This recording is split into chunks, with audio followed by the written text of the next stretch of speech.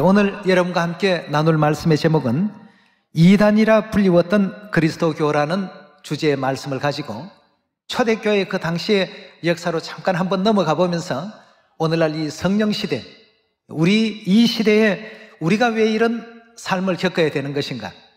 왜 세상 모든 교회가 우리 교회를 이런 시각으로 볼 수밖에 없는가? 이런 내용을 가지고 우리가 가지고 있는 이 진리가 정말 이래서 더 진실하고 참된 참진리였구나 하는 것을 확인해보는 그러한 시간을 가져보도록 합시다. 사도행전 24장 1절의 말씀을 함께 살피도록 하겠습니다. 닷새 후에 대제사장 아나니아가 어떤 장로들과 한 변사, 즉 변호사 더둘로와 함께 내려와서 총독 앞에서 바울을 고소하니라. 바울이 부르매 더둘로가 송사하여 가로되, 벨릭스가 가여 우리가 당신을 힘입어 태평을 누리고 또 이 민족이 당신의 선견을 인하여 여러 가지로 개량된 것을 우리가 어느 모양으로나 어느 곳에서나 감사무지하옵나이다. 당신을 더 괴롭게 아니하려 우리가 대강 여짜옵나니 관용하여 들으시기를 원하나이다. 우리가 보니 이 사람은 연병이라 천하에 퍼진 유대인을 다 소욕케 하는 자요 나사렛 이단의 괴수라 하였습니다. 그 당시에 대제사장 아나니아와 또 장로들과 또 그 변호사들이 이제 법정에서 사도 바울을 어떤 선동죄 같은 그런 죄목으로 고소하고 있는 이런 어떤 장면이 되겠습니다. 여기에 대해서 사도 바울이 대응하는 장면을 14절로 한번 넘어가서 함께 보도록 하겠습니다.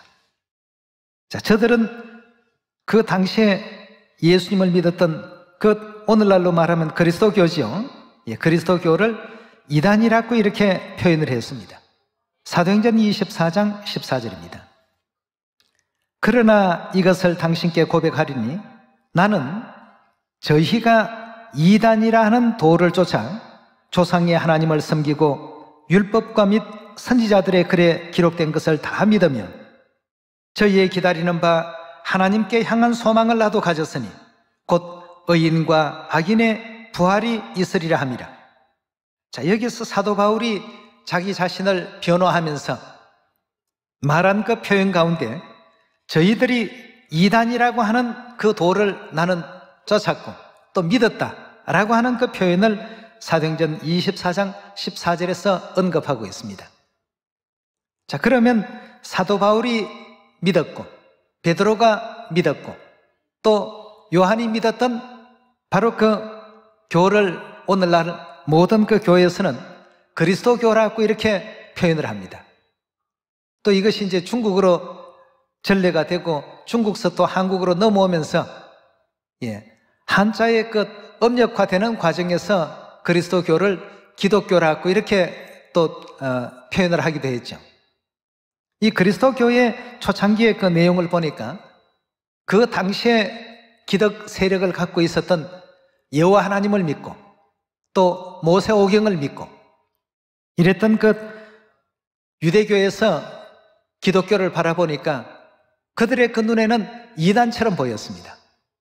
그러나 이단처럼 보였던 예수님을 믿었던 사도 바울이나 베드로나 요한이나 이 모든 사도들에 대해서 오늘날 전 세계 모든 교회가 그 믿음을 어떻게 평가하고 있습니까?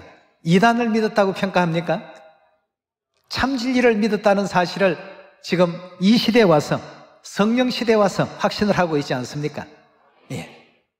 그 바울을 고소했던 대제사장이나 또 장로들이나 이런 사람들이 과연 천국 갔겠는가? 아니면 이단이라고 고소를 당했던 사도 바울이 천국을 갔겠는가? 어느 쪽입니까, 여러분? 이건 뭐 당연한 문제를 질문하는 것 아니겠습니까? 그러나 기독교의 초기의 어떤 그 모습을 보면 그 기득권층에 있었던 유대교에서는 항상 예수님을 믿었던 그 그리스도교를 이단시했고 이단이라고 이렇게 평가를 했습니다. 그럼 그리스도교가 유대교에 대한 어떤 그 내용을 전면 다 부인을 했느냐? 아닙니다. 아담도 믿었고 또 하와도 또 아브라함도 다 같은 어떤 믿음의 교통에서 나왔습니다만 뭔가 다른 점이 있었습니다. 어떠한 점에 있어서 달랐기에 이들이 이단이라고 이렇게 배척을 했는가? 오늘 그 내용을 자세히 보시면서 오늘날 바로 이 성령 시대를 본다면 성부 시대가 있고 성자 시대가 있고 성령의 시대가 있지 않습니까? 그럼 성부 시대 여호와 하나님에 대한 신앙을 했던 것이 유대교라고 보시면 성자 시대 때 예수님을 신앙했던 그 신앙을 그리스도교라고 이렇게 말할 수 있겠습니다. 그럼 마지막 이 성령 시대는 초기에 그리스도교가 겪어왔던 어려움들을 오늘날 우리가 그대로 지금 답습하고 있구나 하는 사실을 성경을 통해서 확인할 수 있는데요. 그럼 유대교와 그리스도교회는 어떤 차이가 있었고 어떤 교리적인 문제가 달랐던가? 달랐던 그 문제에 대해서 가장 핵심적인 부분이 있다면 사람으로 오신 하나님을 그리스도교에서는 믿었고 유대교에서는 어땠습니까? 부인을 했습니다. 이것 차이입니다. 예수님을 하나님으로 믿고 영접했던 이 그리스도교는 사람으로 오신 하나님에 대한 이 진리가 확실하게 있었습니다. 그러나 반대로 유대교에서는 하나님은 우리 인생의 모습으로 이 땅에 와서 현신할 수 없다. 이런 어떤 사상이 대제사장이나 그들의 그 우두머리 격인 장로들이나 이런 사람들의 그 머릿속에는 아주 고정관념처럼 박혀 있었습니다. 물론 성경 예언 이사야 9장이나 또 창세기 18장을 보면 하나님께서 육신으로 이 땅에 오신다는 선지자의 예언도 있었고 아브라함의 가정에 사람의 모습을 가지시고 나타나신 그 장면도 있었습니다만 이들은 절대 하나님은 인간 되어서 우리와 함께 하실 그런 어떤 존재가 아니시다. 이렇게 절대적으로 믿었기 때문에 육체를 입고 이 땅에 오신 하나님에 대한 그 신앙을 굉장히 비판적으로 보았고 또 그런 신앙을 하는 사람들을 전부 이단시했던 것입니다. 그러나 비록 그리스도교가 이단이라는 소리는 들었어도 그 당시에 예수님을 믿었던 사람들이 전부 천국 갔습니다. 그들에게 예수님께서 약속을 주지 않았습니까? 이제 내 아버지 집에 가게 되면 다 내 상에서 함께 먹게 할 것이고 이스라엘 12지파를 다 너희 손에 의해서 다스리게 할 것이다 말이죠. 다시 말해서 예수 그리스도를 믿고 영접했던 모든 사람들이 천국 간다는 이와 같은 소망을 주지 않았습니까? 예. 그렇지만 인간 세상에서는 무슨 오명을 듣고 살았느냐? 이단이라는 소리를 듣고 살았습니다. 어떤 이유 때문에? 사람으로 오신 하나님을 믿는다고 해서. 자, 우리 오늘 그 내용을 성경에서 한번 확인을 해보도록 하겠습니다. 요한복음 10장 열어보도록 합시다. 10장 30절의 말씀 보시면 나와 아버지는 하나이니라 하신데 여기서 예수님께서 하신 말씀이죠. 내가 곧 하나님이다 라는 뜻을 나와 아버지는 하나이니라고 이렇게 말씀을 하셨습니다. 31절의 가르침을 보시면 유대인들이 다시 돌을 들어 치려 하거늘 예수께서 대답하시되 내가 아버지께로 말미암아 여러 가지 선한 일을 너희에게 보였거늘 그 중에 어떤 일로 나를 돌로 치려 하느냐? 유대인들이 대답하되 선한 일을 인하여 우리가 너를 돌로 치려는 것이 아니라 참남함을 인함이니 너가 사람이 되어 뭐라고요? 자칭 하나님이라 함이로다 하고 했습니다. 사람이 되어서 어떻게 하나님이라 말할 수 있느냐? 그 당시 육신을 입고 하나님께서 친히 이 땅에 오셨다는 이 사실을 전함으로 말미암아서 유대인들이 돌을 들고 이제 치려고 했던 것입니다. 자, 그러나 성경 66권은 우리에게 말하고 있습니다. 예수 그리스도께서 육체로 임하심을 부인하는 영마다 전부 어떤 영이라고요? 적그리스도의 영들이라고 이렇게 표현하고 있습니다. 육체로 하나님께서 이 땅에 오셨다는 이 사실에 대해서 하나님께서 친히 증거도 하셨고 또 많은 선지자들을 통해서 우리에게 또 일깨워주고 있습니다. 자, 그런데 성경의 예언을 따라서 이 땅에 오셨지만 결국 이 땅의 사람들의 어떤 생각에 맞지 않다 해서 저들은 예수님을 따르고 믿었던 사람들이나 또 예수님에 대해서도 뭐라고 불렀냐 하면 전부 이단이라고 이렇게 말을 했던 것입니다.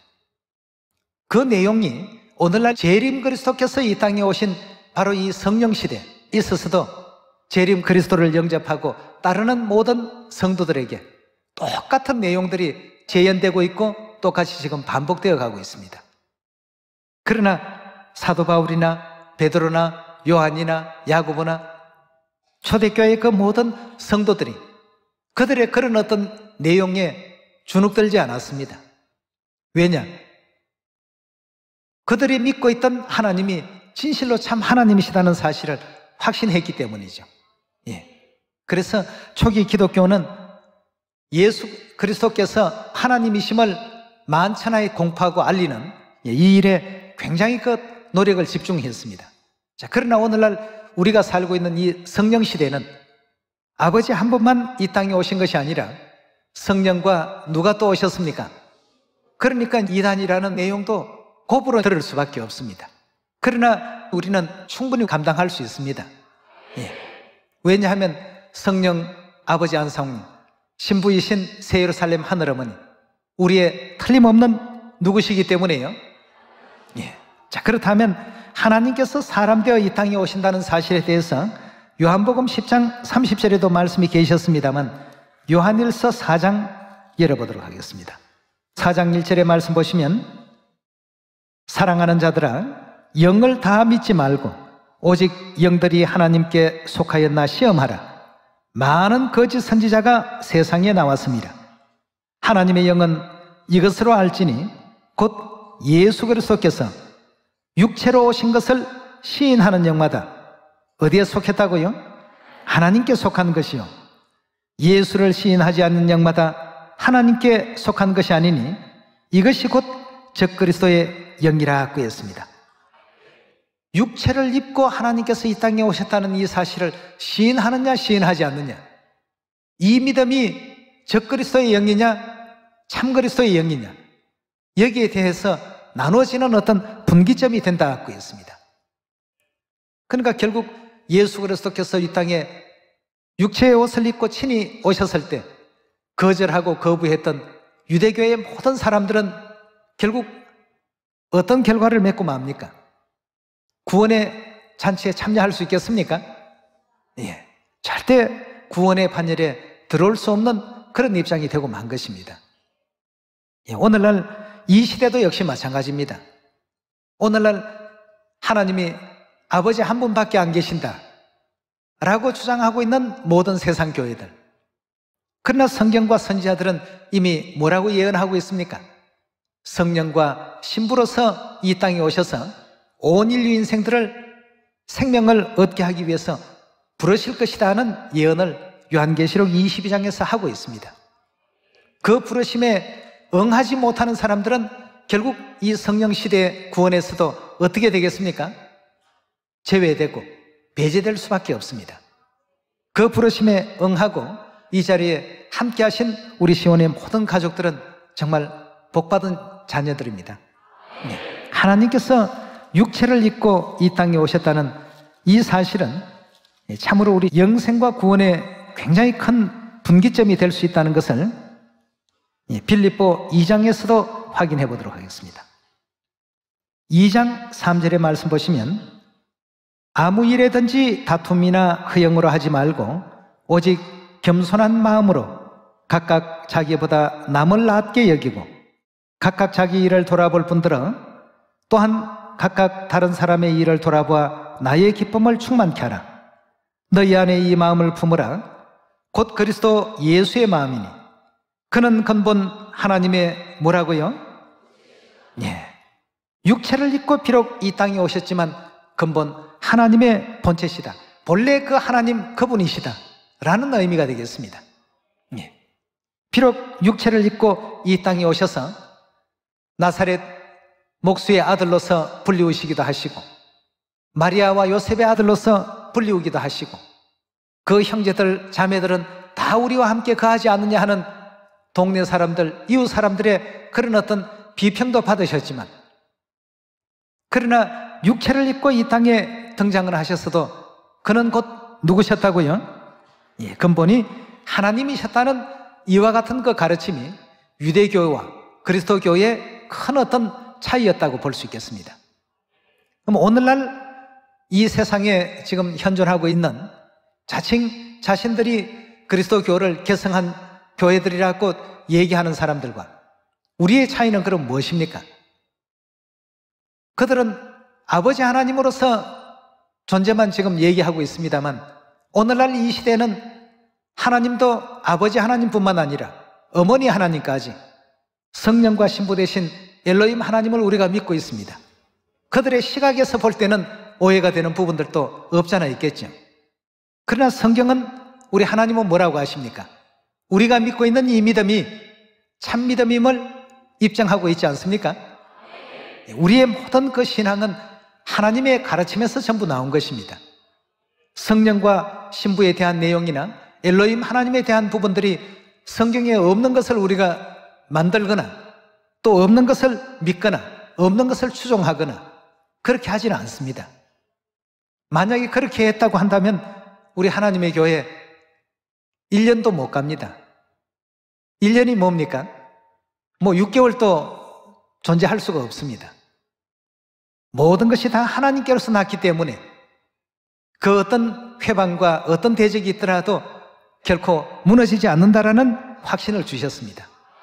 자, 그렇다면 2000년 전으로 다시 한번 돌아가서 그 당시 유대교와 그리스도교의 가장 큰 차이점이었던 하나님께서 육체를 입고 이 땅에 오셨다는 이것을 신앙하는 그 무리들과 그것에 대해서 적대하고 대적했던 무리들에 대한 이 내용을 요한복음 우리 1장에서 답을 한 번 더 찾아보도록 합시다. 1장 1절의 말씀 보시면 태초에 말씀이 계시니라 이 말씀이 하나님과 함께 계셨으니 이 말씀이 곧 하나님이시라고 했습니다.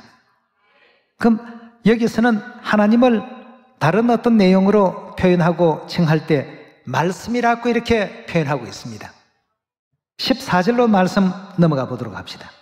요한복음 1장 1절에 말씀이 누구시라고 했습니까? 하나님이 무엇이 되었다고요? 하나님이 육신이 되셨다고 했습니다. 사람이 되어 우리 가운데 거하시며 우리가 그 영광을 보니 아버지의 독생자의 영광이요 은혜와 진리가 충만하더라고 했습니다. 네. 자, 이런 모든 내용들이 초기 그리스도인들에게 있어서 절대적인 신앙으로 자리하게 되었고, 반대로 그 당대 기득권 세력을 가지고 있었던 그 유대교 측에서는 하나님이 어떻게 사람으로 올 수 있느냐, 하나님이 사람이 되었다는 사실이 이건 믿을 수가 없다.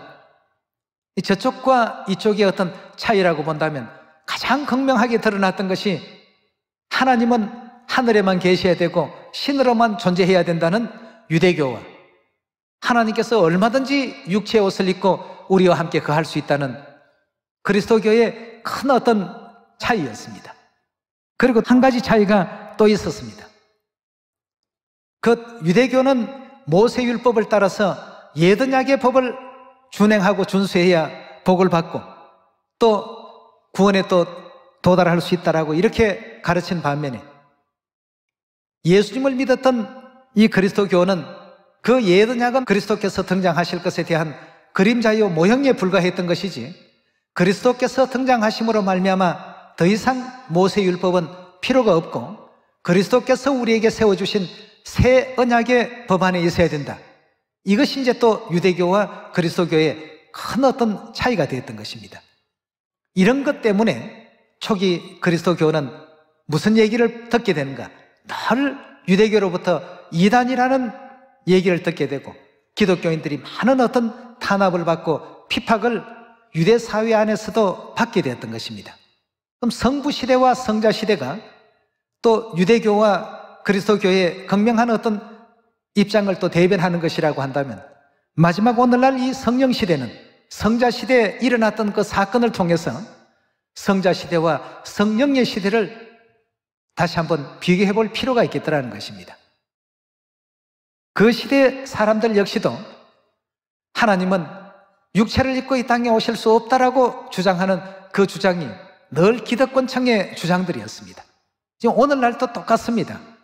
항상 억압을 받고 어려움은 겪지만 하나님께서 교훈하시고 가르침 주신 대로 재림 때인 성령 시대는 아버지와 어머니께서 함께 이 땅에 오시는 것을 믿게 될 때에 우리에게 영원한 영생이 있고 구원이 있다는 사실을 이제 세계 모든 만민들에게 전가하고 있습니다. 이제 더 이상의 시대는 없습니다. 예. 마태복음 28장에도 주신 말씀처럼 아버지와 아들과 또 누가요? 성령의 이름으로 라고 하신 그 표현을 보면 아버지 시대, 아들의 시대, 성령의 시대, 이 세 시대 외에는 더 이상의 시대가 존재할 수 없습니다. 그럼 이제 구원의 마지막 지금 완성 단계에 있습니다. 완성 단계에 놓여 있는 이 시대도 역시 많은 사람들이 우리 교회에 대해서 일부는 참 하나님의 교회 저 사람들이 믿는 걸 보니까 다 성경에 있더라. 성경대로 하는데 왜 잘못되었느냐 옹호하는 무리들도 있고 또 하나님의 교회는 아버지뿐만 아니라 어머니 믿는 그런 교회니까 거긴 좀 이상하다. 이상하니까 이단이 아닐까 이렇게 이제 얘기하는 무리들도 있습니다. 그러나 성경이 어떻게 얘기하느냐가 중요합니다. 사람의 어떤 의견으로 받는 구원이 아니라 하나님의 어떤 판단으로 우리를 구원하실 이는 하나님이시지 사람이 아니지 않습니까?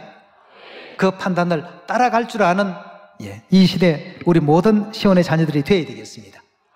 자, 그러면 초대교회 당시로 다시 넘어가서 바라보게 되면 초대교회 당시에 가장 많은 어떤 논쟁이 있었던 것이 유대교에서 주장하는 모세율법과 또 그리스도교에서 주장했던 새언약의 그 율법이 서로 이렇게 대립되는 장면들을 성경 곳곳에서 우리는 또 바라볼 수가 있습니다.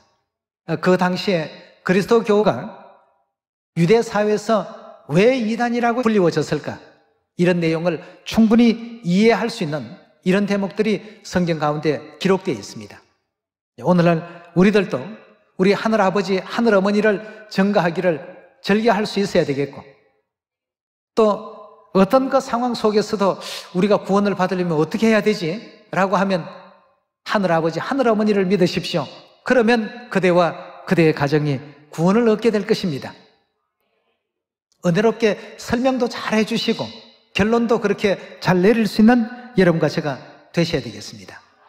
예. 그럼 초대교회 당시에도 그 바리새인들, 서기관들 또 유대인들이 그들이 신봉했던 그 율법과 또 예수 그리스도께서 선포해 주신 새 언약의 그 진리에 대해서 우리 누가복음 22장 잠시 한번 넘어가 보도록 하겠습니다. 19절의 말씀 보시면 또 떡을 가져 살해하시고 떼어 저희에게 주시며 가라사대 이것은 너희를 위하여 주는 내 몸이라 너희가 이를 행하여 나를 기념하라 하시고 저녁 먹은 후에 잔도 이와 같이 하여 가라사대 이 잔은 내 피로 세우는 뭐라고요? 새 언약이니 곧 너희를 위하여 붓는 것이라 하고 했습니다. 그럼 유대교에서는 하나님께서 모세를 통해서 선포해 주신 옛 언약의 법을 신봉했는데 이제 그 하나님께서 이 땅에 친히 오셔서 이제는 이 새 언약의 법으로 온 인류에게 구원받는 길을 재정립하겠노라 선포해 주셨습니다. 그렇다면 그때부터 모세의 그 모든 율법은 어떻게 되겠습니까? 효력이 정지되는 것입니다. 하나님께서 축복 주시겠다고 하신 모든 그 내용들이 정지되고 새 언약의 법을 통해서 구원의 길이 열리게 된 것 아니겠습니까? 예. 왜냐하면 육체를 입고 이 땅에 오신 하나님께서 친히 그 법을 선포하시고 반포하셨기 때문입니다. 그럼 이 마지막 성령 시대는 또 어떤가? 우리 미가서 4장으로 한번 넘어가 봅시다. 미가서 4장 1절의 말씀 보시면 말일에 이르러는 여호와의 전의 산이 산들의 꼭대기에 굳겠으며 작은 산들 위에 뛰어나고 민족들이 그리로 몰려갈 것이라. 곧 많은 이방이 가며 이르기를 오라 우리가 여호와의 산에 올라가서 야곱의 하나님의 전에 이르자. 그가 그 도로 우리에게 가르치실 것이라. 우리가 그 길로 행하리라 하리니 이는 율법이 어디였어요? 시온에서부터 나올 것이요 여호와의 말씀이 예루살렘에서부터 나올 것이라고 했습니다. 언제 말이죠? 말이래. 바로 이 마지막 이 성령시대, 성령시대 우리 하나님께서 이지러지고 파손되었던 새 언약의 율례와 규례와 법도를 전부 복구해서 이 시대에 우리에게 지키라고 명하시고 선포해 주셨다면 그 새 언약의 법도대로 또 지켜 준행하는 우리가 되어야 되지 않겠습니까? 예. 초대교회 그리스도교가 이단이라는 얘기를 듣고 법정에서까지 이단 논쟁이 벌어졌던 이런 이치처럼 오늘날 우리 하나님의 교회가 똑같은 어떤 입장을 지금 당하고 있습니다. 그렇지만 그런 입장을 당했다 해서 사도 바울이 천국 못 가고 또 대제사장과 그 장로들이 바울을 고소한 그 장로들이 천국 갔겠습니까? 그렇다면 그 초대교회 상황을 그대로 바라보면 오늘날 이 시대에도 어떤 신앙을 가진 사람들이 영원한 천국 구원에 도달할 수 있을까를 우리가 분명하게 확실하게 이해할 수가 있습니다. 우리는 끝까지 아버지 어머니 그 말씀에 의지해서 말씀의 그 등불만 보고 따라갈 수 있는 여러분과 제가 꼭 되시기를 바라겠습니다. 오늘 이 말씀에 은혜 있길 바라면서 말씀 마치도록 하겠습니다. 감사합니다.